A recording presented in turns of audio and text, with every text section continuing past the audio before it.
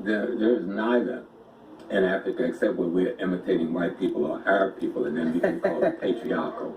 Africa have what they call matrifocal and patrifocal. That there's certain things that focus on the consciousness of the male, and certain things that focus on the consciousness and genetics of the female. You just say matrifocal. If I want to trace the line of the person who's going to be leading the community, I certainly wouldn't trace it through the man, because even in ancient time as today, it's mama's baby and daddy's maybe. Right. You trace it through the women, because that's the only way you can be assured of a family bloodline, and that's called matrifocal, not matriarchal, because patriarchal is some European concept of women rule. Africa's never had a matriarchal society. It's never truly had a patriarchal society. It has a combination of matrifocal and patrifocal. Is that women do certain things that they do well based on who they are. Right. Men do certain things that they do well based on who they are. Is that where they get with the DNA? Sorry, with they say the mitochondrial DNA. The mitochondrial DNA comes through the woman. Right. Men have mitochondria then also, just like women, but the men don't retain it and pass it on. The women pass theirs on. That's so the men keep theirs. Right. So that's why you trace it through the women, because the woman's mitochondria is passed on. Why? Because the baby is formed in her belly of her substance. Is formed of an element of man that is in the sperm. That unites with an element of a woman that is in the egg. But then the rest of that formation and minerals and electricity comes through the woman to create that human form that then emanates. Spark. That's right. The spark comes from the sperm and the egg coming together. That's the spark. But what then feeds and grows what the spark has created is fundamentally the woman at this point. You see? Because she has to carry in her belly. The incubation stage. Her thoughts, her feelings, her energy, her electricity, her minerals are all going into the formulation of that genetic conglomeration, which have borrowed its genetic design both from the man and the female, but is now going to grow its genetic house. Going to grow its genetic house from the substance of the woman. Okay, because you have a lot of people saying, well, with Shaka Zulu, his aunts took over.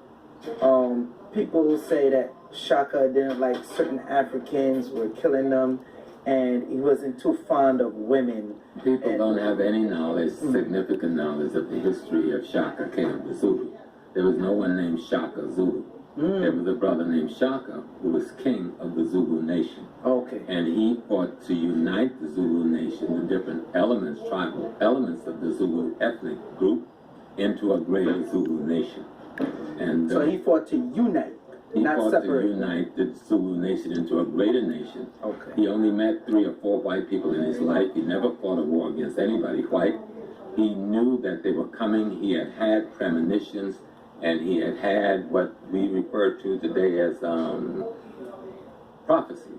Okay. That this danger would be coming, and we had to prepare for this danger. They don't talk and about the danger that. did come. The danger was the white man. And he had prepared the Zulu nation so that they fought some extraordinary wars.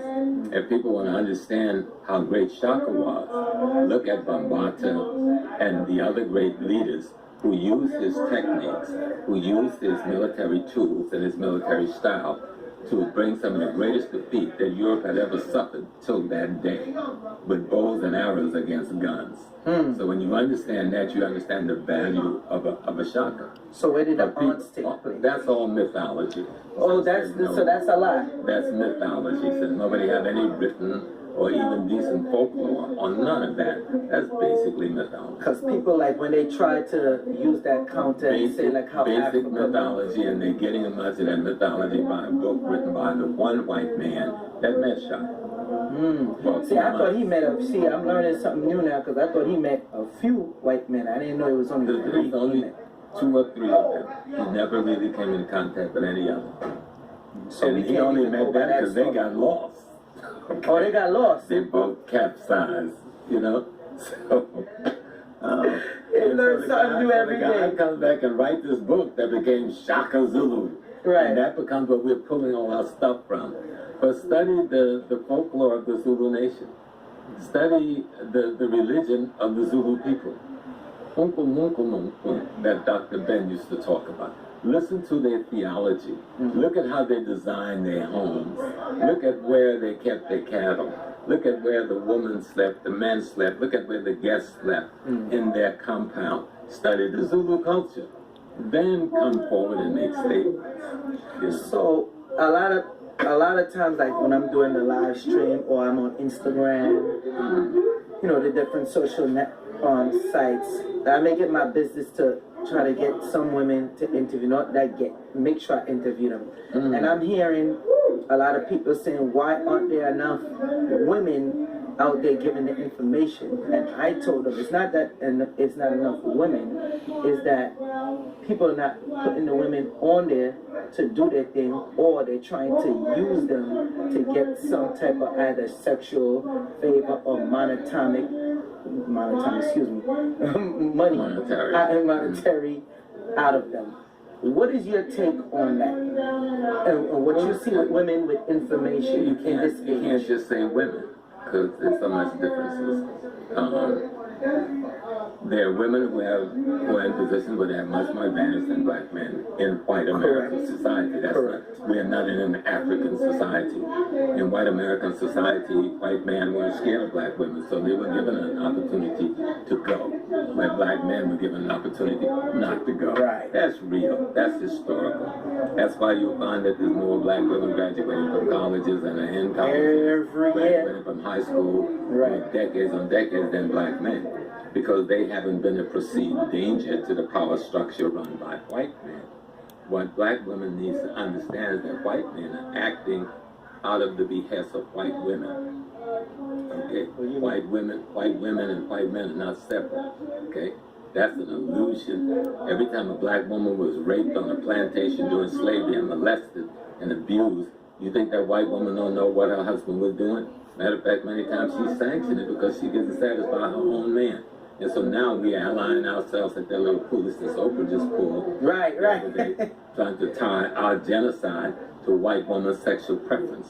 They went to bed with somebody because they were afraid to lose a job, or they were afraid they wouldn't get an acting role. And now they're going to come back and call that molestation and rape. Maybe it is in their culture, and I can understand that. But you can't compare your voluntarily going along with being raped because you wanted a job or a role as an actor to someone who walks in and rip a woman's body apart physically after restraining her and then abusing her. So it's really not. Let me finish. And then the law refusing to give that woman justice and restrict her to a social environment of tyranny after she had been terrorized, assaulted, and abused. And the white woman sanctioned all of that all through its episode. Most black men that was lynched in this country was falsely accused of rape by white women. So I don't even want to hear this shit if you want to get it straight. Now, does white men rape white women? Yes, they do. Just like they rape black women. But white women have gone along and condoned that shit as long as they got the goodies brought home. Okay? As long as they got the nice house in the suburb and the nice car, and they could send their kids to the school they want. They raised these racist sickies.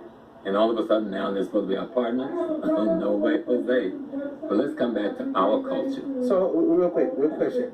So basically, because you made something that I haven't even thought about till you just said it. So really, they consent to it. It's not really rape. Yeah, it's bad that they say you need to. Rape. No, but is it really rape being that they say, I'm telling you, I want to have sex with you in order for you to have this position? What they were involved in with their men, which they all knew about and they all condoned because they wanted something. They wanted to be an actress. They wanted to be a singer. Right. They wanted to be this in a company. Okay? That's still rape. The men are still misusing you because they're blocking you from an opportunity unless you submit to them. That is rape. But I cannot compare that to the genocide on the body of the black women who had no sanctuary to turn to and had no option. That white woman had an option to say, then the hell with your acting job. They had an option to say, the hell with your promotion. They had an option to say, then I won't be this great singer. That black woman didn't have that option. Correct. You either get raped or die. And when you got raped, there was no sanctuary to turn to. There was no police. There was no court. there was no district attorney, you can go and file charges against your genocide. So we can't compare that. And let's not insult our mothers and our aunties and our sisters and our daughters who has suffered in history to be beside the woman who profited from her husband's genocide on us and enjoyed that profit and lived a good life and gave it as inheritance to her children, to now come in and start giving her complaints because her husband didn't treat her right at the end of the day. No, I ain't hearing it.